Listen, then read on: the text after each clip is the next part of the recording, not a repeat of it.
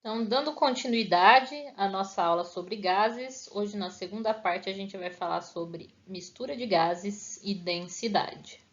Então, muitos dos sistemas no estado gasoso que a gente conhece, na verdade, são misturas de gases, como por exemplo o próprio ar que a gente respira.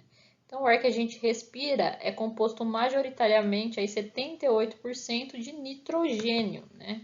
Ao contrário do que se pensa, e 21% de oxigênio. 1% restante é referente a outros gases em menores quantidades. Então, a gente já viu que a pressão ela é diretamente proporcional à quantidade de moléculas, se a gente considerar aí um sistema ideal, né, um gás ideal. Então, não é relativa ao tipo de gás, mas à quantidade de moléculas presentes. No entanto, se eu estou falando de uma mistura de gases, eu tenho mais de um tipo de gás aí, né? E aí, a pressão total desse sistema vai ser referente à soma da pressão parcial exercida por cada um dos gases. Então, vamos supor lá uma mistura de gás argônio com hélio. Então, eu tenho 5 moléculas de gás argônio, né? E vamos supor que cada 5 moléculas exerçam uma pressão de 1 atm. Estou considerando volumes iguais e temperatura também, tá? Se eu dobrar o número de moléculas, então não importa, agora eu tenho 10 moléculas de hélio, então a pressão vai ser relativa a 2 atms.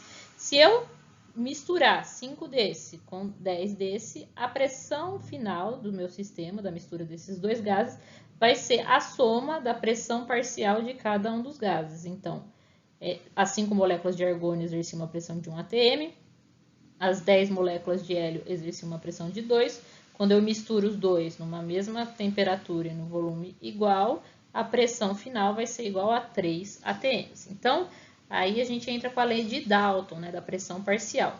A pressão total, então, nada mais é do que a somatória das pressões parciais de cada gás dentro da mistura, certo? E aí lembra lá que PV é igual a nRT? Então, a gente pode dizer que a pressão final nada mais é do que a somatória, né, da constante vezes a temperatura sobre o volume, né, relativo ao número de mols de cada uma das partes dentro do meu sistema. Então, o volume parcial ele vai seguir a mesma lógica da pressão, né, sendo que o volume ocupado vai ser diretamente proporcional à quantidade de gás. Então, eu tenho uma mistura de dois gases, por exemplo, né? Se eu considerar a pressão total do sistema, então esse pezinho aqui é a pressão exercida, tá? Então, numa mesma temperatura, qual é o volume ocupado por esse gás A? E nessa pressão total do sistema, mesma temperatura, qual é o volume ocupado por esse gás B? Então, sendo assim, né, o volume total vai ser a somatória desses volumes parciais, né, considerando aí a pressão total do sistema numa mesma temperatura. Então, PV é igual à somatória da quantidade de gás de cada uma das partes do meu sistema. Então, vamos pensar no seguinte, ó, eu tenho uma mistura de dois gases, tá? O gás A e o gás B. E aí, eu sei que a pressão total desse sistema é a pressão parcial de A mais a pressão parcial de B. E a mesma coisa o volume, né? O volume total desse sistema vai ser o volume de A mais o volume parcial de A e volume parcial de B. Tanto quanto a pressão quanto o volume, eles são diretamente proporcionais ao número de mols, né? Então, se eu quiser achar a pressão parcial de A, basta eu multiplicar pela fração molar de A. Se eu quiser achar a pressão parcial de B, basta eu multiplicar pela fração molar de B. O que é a fração molar? Ela me diz a participação em número de mols, né, do gás A, por exemplo, dentro da minha mistura.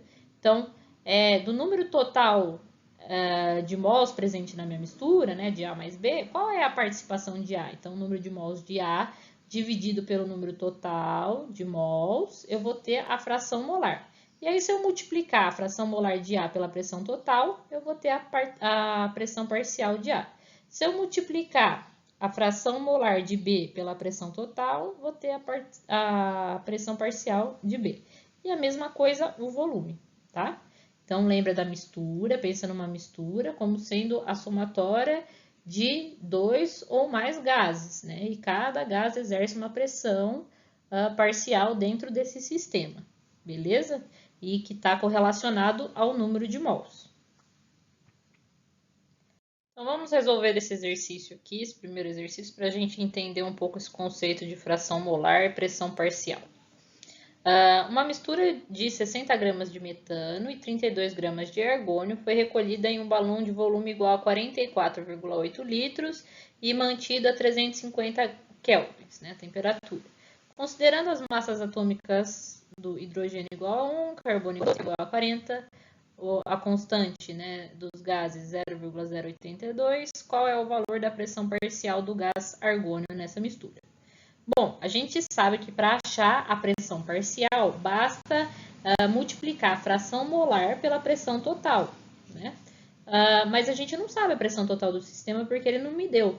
Mas ele me deu o volume, me deu a temperatura, me deu a constante, né? E eu consigo achar o número total de mols, né? Porque ele me deu as massas molares e a massa de cada um dos meus gases. Então, lembrando lá, número de mols é massa dividido pela massa molar, certo?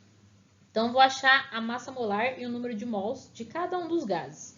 Então, cada carbono vale 12, cada hidrogênio vale 1. Então, 12 mais 4, né? Porque eu tenho 4 hidrogênios valendo 1 aqui, eu tenho uma massa molar de 16 gramas.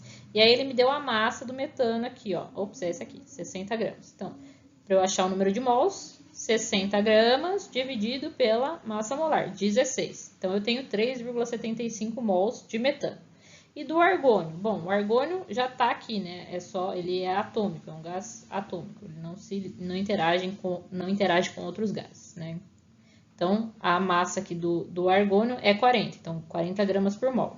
Número de mols, massa, 32, dividido pela massa molar, 40. Então, 0,8. Então, o número total de mols, né, é 3,75 de metano mais 0,8 de argônio. É 4,55 mols. Esse é o meu número total de mols. Então, vou achar a pressão total do meu sistema, que é PV é igual a N total vezes RT, né? Então, o número total de mols eu tenho é 4,55, o R é 0,082, temperatura já está em Kelvin, não esqueçam de sempre colocar a temperatura em Kelvin, tá? Então, 350. E aí, o volume está multiplicando aqui, né? P vezes V, eu vou passar ele dividindo aqui embaixo. Então, dividido pelo volume em litros aqui, 44,8 também já está em litros. Bom, vou achar que a pressão total do meu sistema é de 2,9 atms, certo? Para eu achar a pressão parcial do argônio, ele só quer do argônio, basta eu multiplicar minha fração molar de argônio pela pressão total. Como eu acho a fração molar? Basta eu pegar o número de mols de argônio, 0,8, e dividir pelo número total de mols. Então, a participação do argônio é esse aqui, número de mols dividido pelo número total de mols, né? Vezes a pressão total que a gente achou aqui, 2,9. Então, a pressão parcial do argônio, né, é de 0,51 atms. Então, significa que o restante, né, então, dos 2,9 atm, 0,51 atm é do argônio. Então, o restante vai ser do outro gás, do metano, certo? Já que a pressão total é a soma das pressões parciais. Como eu só tenho dois gases aqui, né, se a pressão parcial do argônio é 0,51 atm, então o que resta só pode ser do metano, tá? Ele não pediu para achar, mas só para a gente entender o conceito. Outro conceito que é muito utilizado para comparar dois gases ou uma mistura de gases, né, é o conceito de densidade. Então, por exemplo, a gente diz que o balão de gás hélio flutua no ar porque o hélio é menos denso do que o ar, ou do que os gases que compõem o ar, né? Então, a densidade absoluta ela pode ser calculada a partir da equação geral dos gases, PV é igual a nRT. Para isso, a gente vai rearranjar essa equação aqui. Então, lembrando que densidade é igual a massa sobre volume. Então, ela vai me dizer o volume ocupado por uma certa massa, uma determinada massa de uma substância. Então, massa do gás pelo volume do gás. E o número de mols nada mais é do que massa sobre massa molar. Então, massa do gás sobre massa molar do gás. Eminho sobre emão. Então, PV é igual a nRT. O que eu vou fazer é substituir esse N pela relação massa sobre massa molar. Então, PV é igual a eminho sobre emão vezes RT.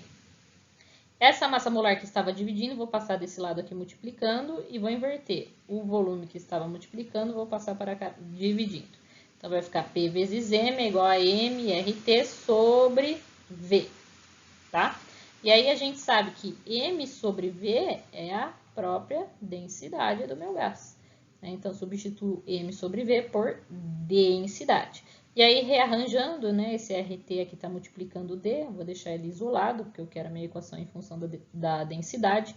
O RT está multiplicando, vai passar aqui para baixo do PM dividindo, tá?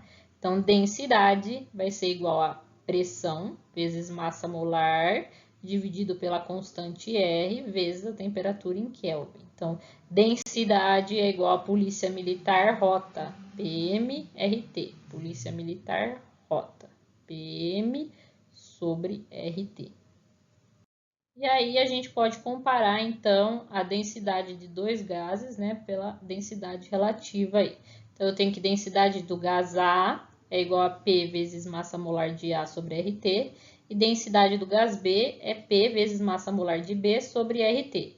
Dividindo um pelo outro, vou cancelar os termos iguais, que é a pressão, a constante e a temperatura. E aí eu fico que a densidade de A com relação a B vai ser igual a massa molar de A com relação à massa molar de B.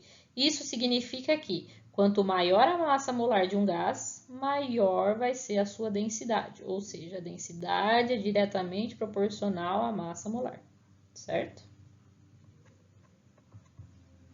E aí, para fixar, então, esse conceito, né, de densidade relativa e densidade, eu tenho que a densidade de um gás é 2 gramas por litro a 127 graus Celsius e 0,82 atm.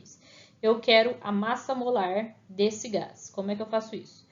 Eu sei que densidade é igual a pressão vezes massa molar sobre constante vezes temperatura. Ele quer saber a massa molar, não quer? Então, eu vou isolar a massa molar. Então, esse RT que está dividindo vai passar multiplicando, então fica D vezes RT. E para deixar só o M aqui, né, o P que está multiplicando vai passar dividindo. Então, M vai ser igual a D vezes RT dividido por P. E aí eu tenho todas as minhas incógnitas, né? Eu tenho a minha densidade, que é gramas por litro. Prestem atenção aqui nessa unidade, que sempre tem que estar em gramas por litro, senão seu resultado vai dar errado. Eu tenho a minha constante, 0,082, né? Ele não me deu, mas a gente já sabe. Eu tenho minha temperatura, ele deu em graus Celsius. Eu tenho que transformar em Kelvin. Então, basta somar 273, vou ter 400. Dividido pela pressão que ele deu aqui, 0,82 atm. E aí eu chego numa massa molar de 80 gramas por mol. E aí no B ele quer saber a densidade desse gás A com relação ao hidrogênio, sabendo que a massa molar do hidrogênio, do H, é igual a 1. Se o hidrogênio gasoso é H2, né, então significa que a massa molar dele é igual a 2, certo? 2 vezes 1, 2. Tá. Eu não tenho a densidade do hidrogênio, né? Mas eu sei que a densidade é diretamente proporcional à massa molar. Então, para eu achar a densidade com relação a H2, basta eu dividir a massa molar de A pela massa molar de H2, que é igual a 2. Então, 80 dividido por 2. Então, a densidade relativa, né, com relação a H2, é igual a 40. Lembrando que não tem unidade de medida. Por quê? Porque eu estou dividindo a mesma unidade de medida, uma pela outra. Então, vai se cancelar. Então, é adimensional. Não tem unidade de medida a densidade relativa, certo? Então, se vocês me perguntarem qual é a massa molar do ar, eu não posso te dizer qual é a massa molar do ar, porque o ar é uma mistura de vários gases. Mas eu posso te falar a massa molar média, né? Ou a massa molar aparente, que é a soma da contribuição da massa molar de cada gás presente nessa mistura. Então, a massa molar aparente ou a massa molar média seria a massa da minha mistura de gases sobre o número total de mols dessa mistura, né? E aí eu vou obter uma massa molar aparente em gramas por mol. Ou então, basta eu somar a contribuição de cada massa molar dentro da minha mistura, eu vou ter a massa molar aparente. Então, massa molar de A vezes fração molar de A, mais massa molar de B vezes fração molar de B, mais massa molar de C vezes fração molar de C, por exemplo, numa mistura de 3 gases, certo? Lembrando que fração molar é dado pelo número de mols, né, do gás, dividido pelo número total de mols, ok? Então, N de A por número total de mols. Então, por exemplo, a massa molecular aparente do ar pode ser calculada pela média ponderada das massas moleculares dos gases componentes. Admitindo que 80% das moléculas do ar sejam de N2 e que 20% sejam de O2, determine a massa molecular aparente da mistura. E aí ele deu a massa de cada átomo aqui, certo? Então, a primeira coisa, tem que achar a fração molar, que é o número total, que é o número de mols de cada um, dividido pelo número total presente na mistura. Ele está falando em porcentagem, né? Então, eu vou admitir que meu total é 100. Então, 80%, 80 dividido por 100, minha fração molar de N2 vai ser 0,8. Aqui, se eu estou falando que é 20%, então 20 por 100, minha fração molar de oxigênio vai ser 0,2. Então, ele já me deu em porcentagem, já facilitou já, né? Então, 0,2, fração molar de O2. E aí, basta eu multiplicar as frações molares, né, com as suas respectivas massas. Então, N2 tem 2 nitrogênios, cada um vale 14, então 28 vezes 0,8. 16, oxigênio, tem 2, né, então 16 vezes 2, 32. 32 vezes a fração molar do oxigênio, 0,2. Multiplica primeiro e soma depois, vou ter uma massa molar aparente, molecular aparente, né, de 28,8 U. Então, para terminar nossa aula, vamos falar sobre difusão e efusão dos gases. Então, quando a gente observa lá uma mistura de gases saindo da chaminé de uma indústria, por exemplo, então a gente percebe que ela sai densa e depois esse gás vai se espalhando aí no ar, né? Então, a difusão é justamente esse movimento espontâneo, né? O espalhamento de um gás em outro meio, certo? E a efusão é um tipo particular de difusão. Então, a efusão é o vazamento desses gases através de pequenos orifícios ou paredes, por exemplo, lá na bexiga, né? Quando eu deixo lá a bexiga de aniversário, né, muito tempo parada, a gente percebe que ela vai murchando ao longo do tempo. Por quê? Porque os gases eles vão escapando por efusão, né, pelos orifícios da bexiga aí, certo? E aí, segundo a lei de Graham, a velocidade de difusão ou efusão, né, é inversamente proporcional à raiz quadrada da densidade de um gás. Então, quanto maior a densidade do gás, menor vai ser a velocidade de difusão ou efusão desse gás, ok? Numa proporção à raiz quadrada, ok? Da densidade. E, consequentemente, né, se a densidade é diretamente proporcional à massa molar, então a velocidade também vai ser inversamente proporcional à massa molar. Quanto maior a densidade, maior a massa molar, menor a velocidade de difusão e efusão. E o trem vem vindo aí, vocês ouviram? Então, por exemplo, o hidrogênio atravessa um pequeno orifício com velocidade igual a 5 litros por minuto em uma determinada pressão e temperatura. Qual a velocidade em que o oxigênio atravessa o mesmo orifício na mesma pressão e temperatura em litros por hora? Então, ele está falando da velocidade de efusão. Tanto faz, a equação serve tanto para efusão quanto difusão. Ela segue a mesma regra, mas só para especificar.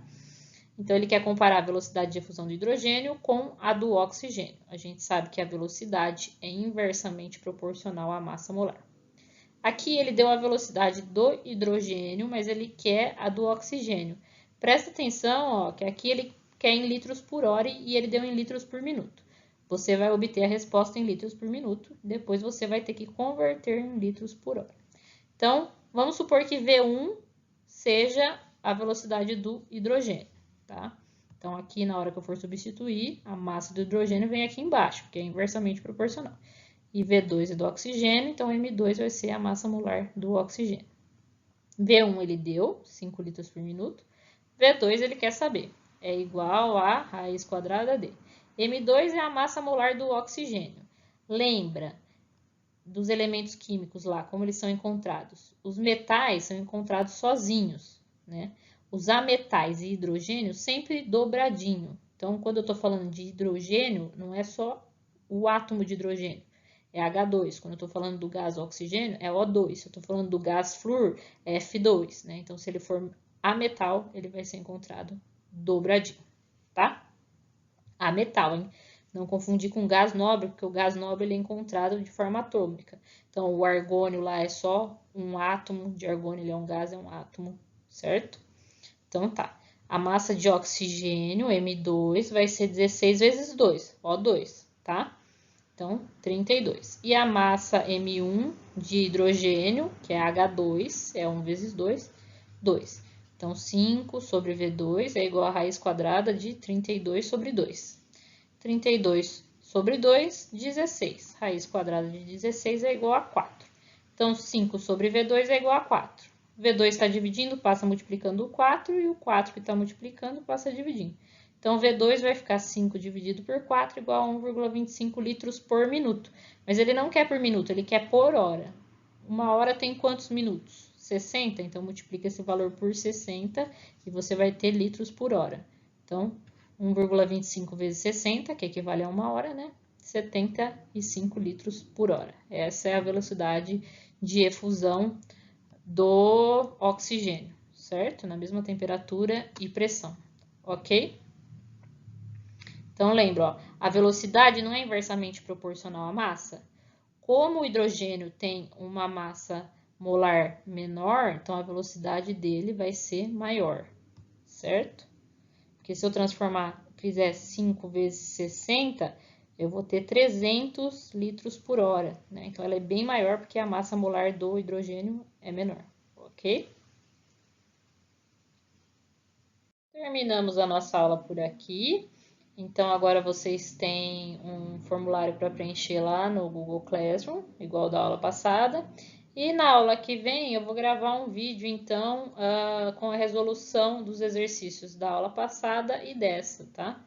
Que aí eu já resolvo todos os exercícios sobre gases de uma vez. E para a próxima aula, a gente vai falar um pouco sobre propriedades coligativas. Então, bons estudos e até semana que vem.